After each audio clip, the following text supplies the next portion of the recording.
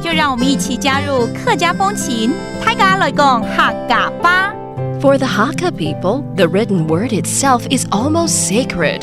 In the past, any paper with writing on it that was not needed anymore would be collected and burned in special ceremonial kilns.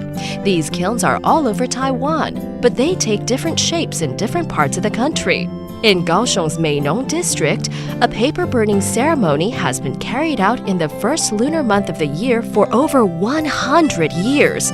The ashes from the written words are put in pouches by students who keep them as charms during class.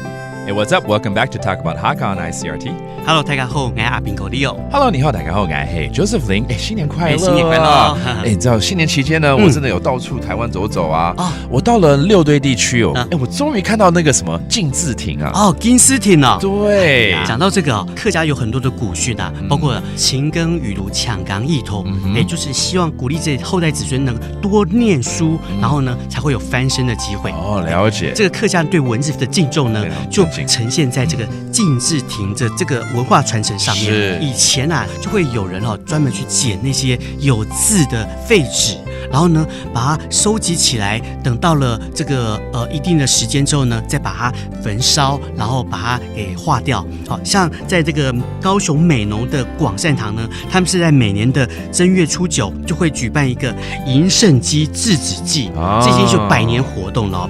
他们就是把这些字纸啊，把它烧完之后呢，再把这些纸灰倒到河里头去。这几年啊，大家都非常重视这个环保意识啊，所以呢，我们现在也不把它倒到河里头，我们就是在河边挖了一个洞之后呢，把这些纸灰直接把它埋在河边。很好对，还有些学生啊，就会把这些香灰把它装到这个香火袋里头，带回学校去，祈求考试顺利。All right， 好了，那我们就来教这几个字了哈，包括我们要环保，对不对 ？Environmentally friendly。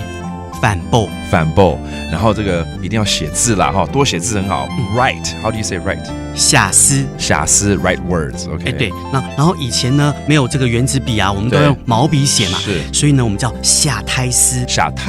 对，因为毛笔嘛，所以要写比较大的字。OK，to write big words is another way of saying writing words, especially if you're using the brush to write, which is the traditional way to write words. 了解了，非常棒哎。那大家有机会呢，多写一点字，然后呢，也可以拿去金字亭来把它烧掉。OK，and that does today's talk about Hakka。什么大家？俺是谁张来了。